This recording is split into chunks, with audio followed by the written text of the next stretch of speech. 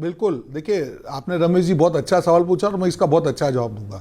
फर्क क्या है ये सरकार और पुरानी सरकारों में? पहली सरकारें तुष्टीकरण में मानती थी और ये सरकार सशक्तिकरण में मानती है। आज सारी योजना का लाभ मिल रहा है और ये मेरा आंकड़ा नहीं है, वर्ल्ड बैंक का आंकड़ा कि 27 करोड़ लोग गरीबी रेखा से ऊपर उठे हैं। अगर 27 करोड़ लोग गरीबी रेखा से ऊपर उठे हैं और मुसलमान ज्यादातर गरीब थे तो कौन आया? प्रधानमंत्री आयुष्मान बीमा योजना की आप बात कर लीजिए, जनधन योजना की बात कर लीजिए, उज्ज्वला योजना की बात कर लीजिए, जो भी सरकारी योजना के लाभार्थी है, मैं आपको दावे के साथ कहता हूं, आंकड़ों के साथ 28% से ज्यादा उसके जो लाभार्थी है मुस्लिम कम्युनिटी। रोहन गुप्ता साहब, ये तो हमेशा से होता आया है, सरकारी योजनाएं सभी के लिए होती है। और सशक्तिकरण में आप बोल रहे हैं कि मैं आपके बीच, ये कौन सी बात है रोहन गुप्ता बिल्कुल, जी? आप तो ऐसी बात बता रहे हो बिल्कुल से। किसके लिए तुष्टिकरण हुआ?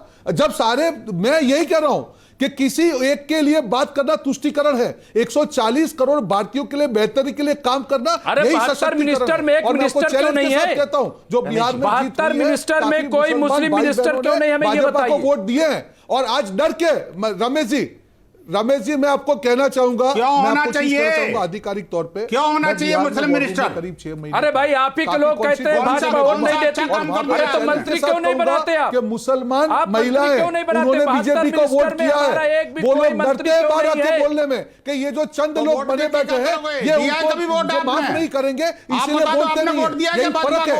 आज करीब 15% लोग मुसलमान में बीजेपी को वोट कर रहे हैं। उन्होंने जेबना के फायदे लिए हैं। अरे मैं कोई बिहार का हूं क्या कि वहां जाकर के वोट दूं? वो आज खुश है। बिहार के लोगों ने दिया, यही समझना पड़ेगा। और वोट इतना दिया कि वोट से ज्यादा वोट पड़ गया। उसके लिए किसी को कोई वोट इतना दिया कि वोट से ज्यादा वोट जो आतंकवादी हमला होने के बाद भी ये कहते हैं इतना वोट लोगों ने दिया कि ज्यादा पड़ गए, उसके खिलाफ हम लोग जितना वोट था उससे ज्यादा वोट वहां पे पड़ गए, इतना लोगों ने वोट दिया। और यही भाजपा की नीति है। बड़ी ताली बजाने वाली बात हो गई। किसी ने मुसलमान के खिलाफ बात नहीं की है, पर राष्ट्र पहले होगा।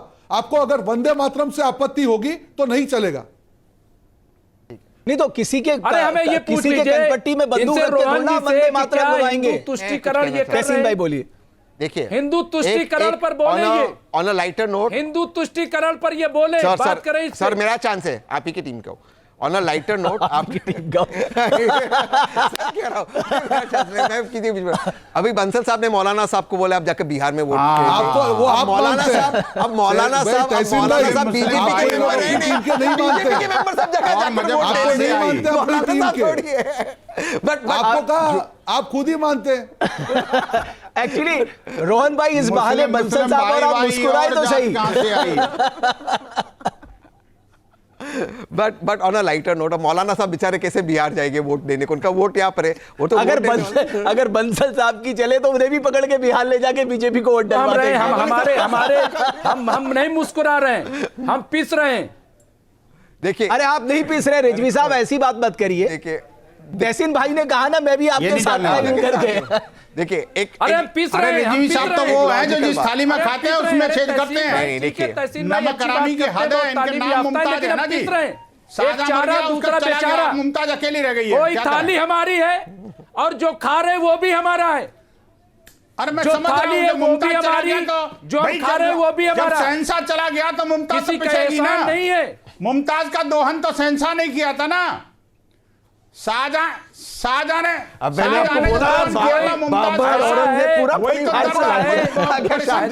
ऐसा है बंसल जी, सब आगे लेकिन पोल्यूशन नहीं आएगा। बंसल जी मजाक उड़ा लीजिए, वक्त बदलता है, हालात बदलते हैं। मुझे लग रहा है बंसल जी ने एयर प्यूरिफाई लगवा रखा अच्छा वाला। बंसल जी का एकदम, अरे उसी लाल किले पे जाते हो, बहुत बदल गया। उसी लाल किले पे जाते हो। अरे देखो आपका पड़ोसी कैसे वक्त के मजे ले रहा है। ताजमहल पे जाते हो, आपका पड़ोसी वक्त के कितने मजे ले रहा है। देखो मीनार पे जाते हो, कांग्रेसमैन के मजे हो रहे हैं, बुलंद करते हो। अरे मुमताज जी, अपने बादशाह को मत याद करो। ये भारत के धरती में आ जाओ ना, लाल किले पे ज्यादा उड़ोगे तो ठीक नहीं रहेगा। फहराते हो तो क्या थाली में खाओगे उसमें छेद करोगे तो अगली बार खाना नहीं टिकेगा। लाल किला किसने बनवाया था? ताजमहल किसने बनवाया था? कुतुब मीनार किसने बनवाया था? आप बताइए ना, किसने बनवाया था? उस पे फक्र करते हो। किसने बनवाया था? मुगलों ने बनवाया था। किसने बनवाया? लुटेरों ने, टुच्चों ने बनवाया था। किसने लाल किला बनवाया था? किसने बनवाया? बदमाशों ने बनवाया था। अरे छोड़ दो, आपका नाम मुमताज है, उधार के नाम पर, उधार के नाम पर उनके रिजवी साहब उन्होंने बंसल साहब एक मिनट, अब आप सीरियसली बात कर ले। रोहन गुप्ता साहब ठीक है, है तो लुटेरे। अरे वो हमारे याद करिए साहब, वो हमारे ये सारे मॉन्यूमेंट्स हमारे देश की आन बान और शान है, जिसके लिए आप लड़ रहे हो साहब, ये तो बहुजन जिसे देखने के लिए दुनिया भर से लोग आते हैं, उसके लिए आप लड़ रहे हो। बहुजनों का देश रिजवी साहब क्यों नाराज हो रहे हैं साहब? समाज नहीं का देश है बनाया, ये। याद रखना, वो लुटेरे नहीं बना सकते ऐसी बड़ी। अरे रुक जाइए बंसल साहब, अरे ये तो रोहन बहुजन गुप्ता साहब, समाज का एक बात देश मैं है ये। जरूर करना चाहता हूं। बहुजन राष्ट्र है ये ये। जो बार बार आप लोगों पे आरोप लगता है कि साहब रियल मुद्दों से ध्यान भटकाने के लिए आप इस तरह के बयान जानबूझ के देते हैं ताकि जो असली मुद्दे हैं वो पीछे छूट जाए और इन्हीं मुद्दों पे चर्चा होती रहे। आप सहमत हैं इस बात से?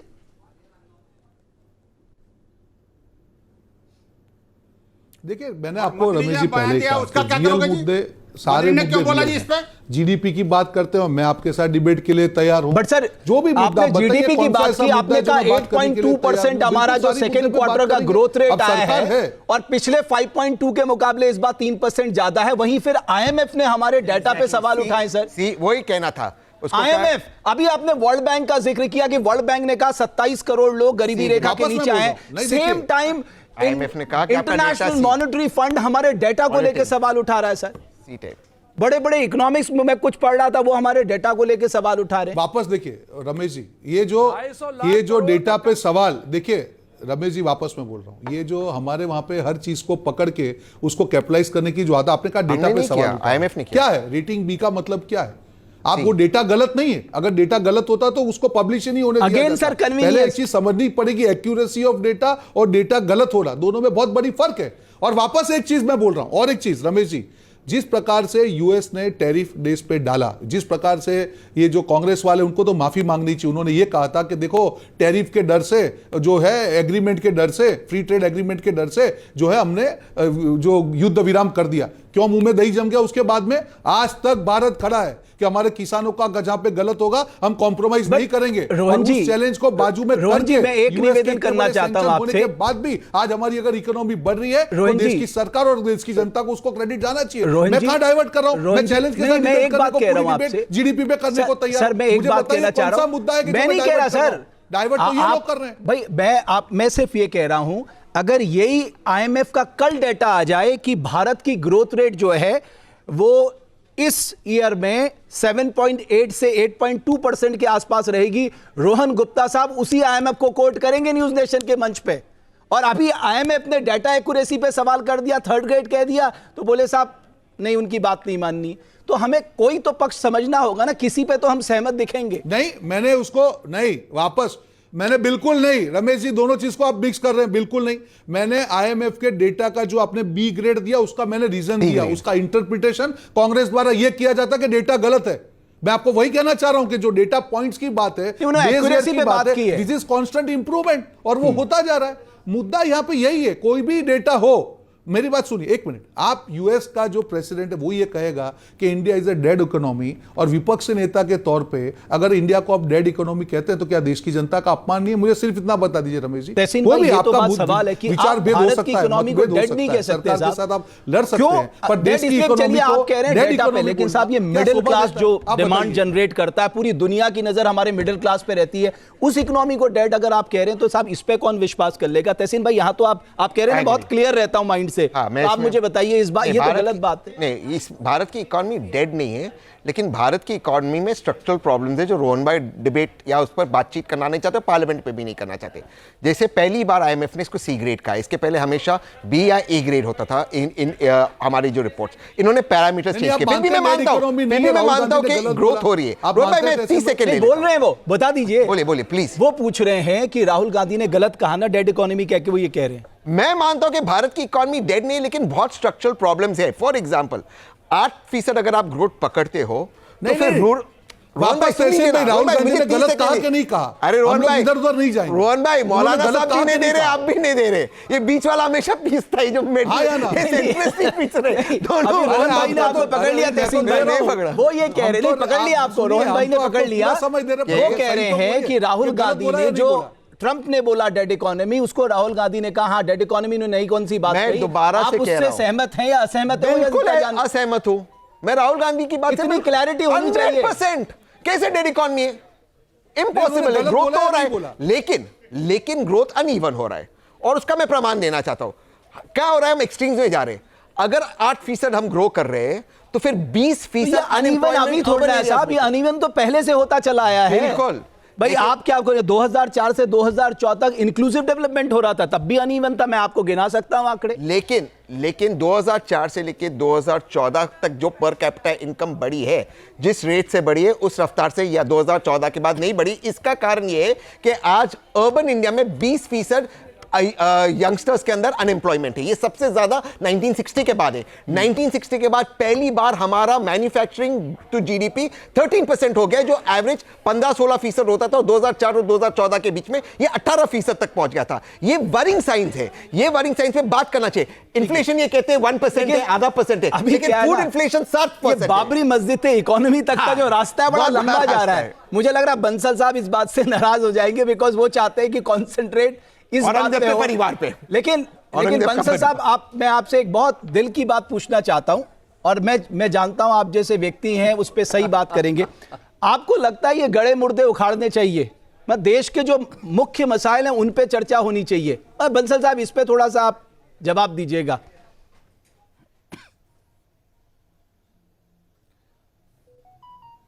नहीं तो मुझे बताइए रमेश जी, आपको चर्चा करने के लिए मना किसने किया है?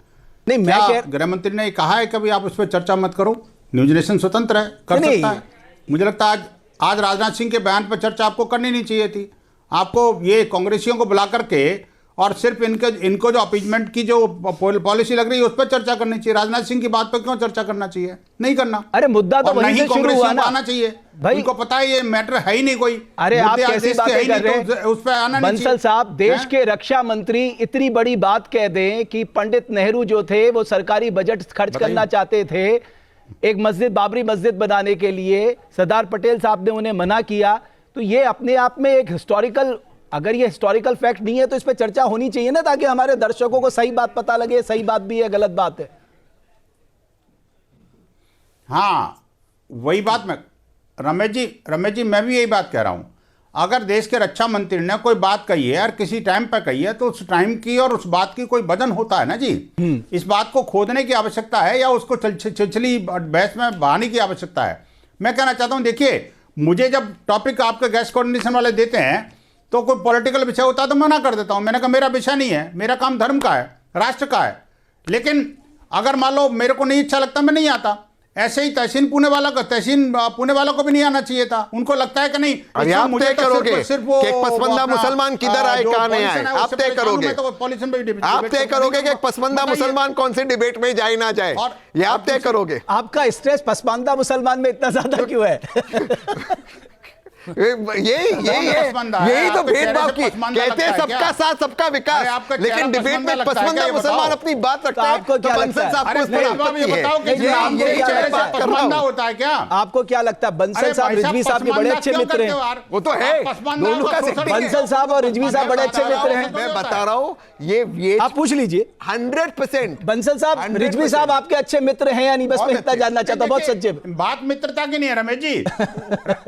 अभी नहीं, वो मैं बता रहा हूँ, ये अभी नहीं मानेंगे। अच्छे मित्र है। मित्र का मेरे भाई भी हो सकते हैं, बशर्ते कि वंदे मातरम बोलें। तो देखिए, अगर वंदे मातरम नहीं बोलेंगे तो मेरा इनसे कोई रिजवी साहब ने हमारे मंच पे बोला वंदे मातरम नहीं। बंसल साहब, ये गलत बात है। का भाईचारा तभी हो सकता है। मैं आपको इतना बता सकता हूँ, तभी कह सकता हूँ जब मेरी रिजवी साहब ने हमारे मंच पे वंदे मातरम बोला। उन्होंने कहा मुझे वंदे मातरम कहने में कोई दिक्कत नहीं है।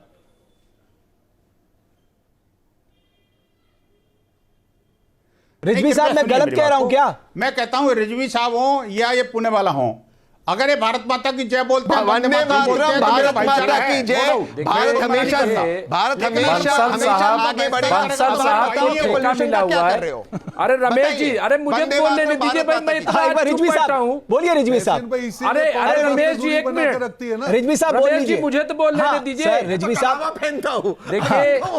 देखिए बंसल साहब, अच्छा तो अच्छा वो आपने बंसल साहब से नहीं बदवाया। बंसल जी को ठेका मिला, आपने गलती करी, पहना तो बंसल साहब से बदवा लेते, उन्हें याद वंदे मातरम बुलाते हैं तो इनको 10,000 रुपया मिलता है। रिजवी साहब सुनिए, अरे रमेश जी, विनोद बंसल जी को विनोद बंसल जी को ठेका मिला हुआ है, एक बार वो किसी से वंदे मातरम बुलवा लेते हैं तो 10,000 रुपये उनको मिलता है, ये उनको ठेका मिला हुआ है। अच्छा। और अगर ये जय श्री राम बुलवा लेते हैं तो 15,000 रुपये इनको अच्छा। मिलता है, ये बोलो इनका तो फिक्स सही। है। इसीलिए ये अरे हर बोलो तो चैनल पे सही। जाके ये दलाली सबसे का कहते हैं काम भैया एक जिहादियों बार का बोल दो, भैया, अगर रिजवी भैया एक साहब बार किसी बोल को दो। मान लिया अरे जाए, बंसल जी किसी दिन आप जिहादियों प्रोग्राम का रख है। लीजिए, मैं 1000 मर्तबा बोल मुमताज दूंगा। जो है ना जी, शाहजहां के चंगुल में सुनिए, फंसी हुई थी, मैं 1000 शाहजहां मर्तबा के बोल चंगुल में दूंगा। फंसी हुई दूसरी बात मुमताज ये को अभी जो पैसे की रमेश जी जरूरत आपने थी। कही, हिंदू ये समाज को पैसे की 40,000 जरूरत मस्जिदों नहीं की लिस्ट और लिए कम घूम से रहे कम हैं, जिहादियों के पैसे पूरा का देश दरकार तो बिल्कुल नहीं है। पूरा देश ये ये गलत खोदना मत चाहते लेना। हैं, यानी हमें- लोग हमें चांद एक पर जा में रहे पैसे हैं, की ये जरूरत नहीं पाताल है। में जाने की लेकिन एक तैयारी बार वंदे में मातरम बोल दो आप। ये कह रहे हैं कि पाताल में मेरे हम को- जाएंगे। अगर आप भाई बनना चाहते हो तो वंदे एक मातरम मिनट। बोल दो,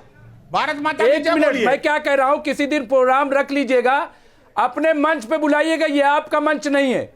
आप अपने मंच पे मुझे गेस्ट बुलाइएगा, अरे मैं किसी एक दिन की मर्तबा क्या नहीं जरूरत है? 1000 मर्तबा वंदे बोल मातरम दूंगा, का मुझे कोई 150 दिक्कत नहीं। आप अपना मंच वंदे सजाइए, मातरम की दूसरों के 150 मंच पे क्यों वर्षगांठ बुलाते चल हो रही है। भाई? सिर्फ आप दूसरों के वंदे मंच पे मातरम क्यों बोल दो बुलाते हो? ना। अपने मंच पे बुलाओ मुझे, वंदे मैं बोल दूंगा जो मातरम। कहा हुआ वो बोलो, बोल दूंगा, वंदे मुझे कोई दिक्कत मातरम। नहीं, मुझे कोई दिक्कत नहीं है। अरे बोलो ना, लेकिन वंदे लेकिन आपकी मातरम, दुकान जो इतना है तो वो बोलो यार, इसीलिए इसमें चल क्या रही जाता है, है? आपकी मुझे दुकान नहीं सुना, इसीलिए मुझे चल बोलो रही ना। है। आप एक मुझे नहीं जलसा पूछा। करो, वंदे मुझे गेस्ट मातरम। रखो, चीफ गेस्ट बनाओ, अपने दोस्त को ही मुमताज पूछेंगे। आलम रिजवी को मुमताज आलम वंदे रिजवी बोलेंगे। मातरम। अब आप आइए, मैं देखिए बात कर रहा हूँ इतना इकोनॉमी तो की। बोल दो। रिजवी साहब, एक मेरे मिनट। पास समय एक समाप्त मिनट हो गया। भैया। अगर आपका ना, ना, मन है ना, बोल देखिए, दीजिए, बोलो, वंदे बोलो, मातरम बोलो, नहीं है तो अरे छोड़ बोलिए, दीजिए, आपको पैसे कोई चाहिए, दबाव नहीं है साहब, जो भारत का जो लोकतंत्र ये मौका देता है। भाई मुझे तो जो- पैसे जो मिलते नहीं है, शाहजहां की- मैं बोलने में शाहजहां ना की- अरे तो आप शाहजहां बोल के दीजिए, साथ मतलब में 10,000 ही दिलवा दीजिए अगर आपके मन में भाव है तो। मेरी कहा कुछ चलती भाई।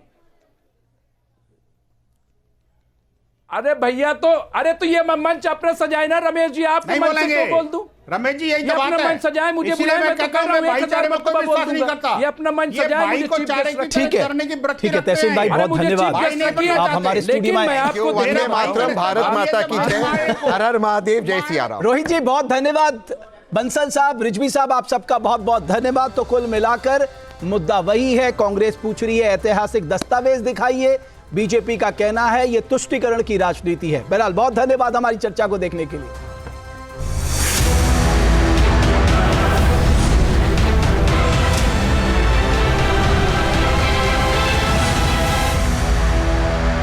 जहाँ भक्ति है हर शब्द में, कथाओं में छुपे हैं दिव्य रहस्य और ज्योतिष देता है जीवन को दिशा। धर्म से जुड़ी हर बातों को जानने के लिए हमारे चैनल स्तुति को सब्सक्राइब करें।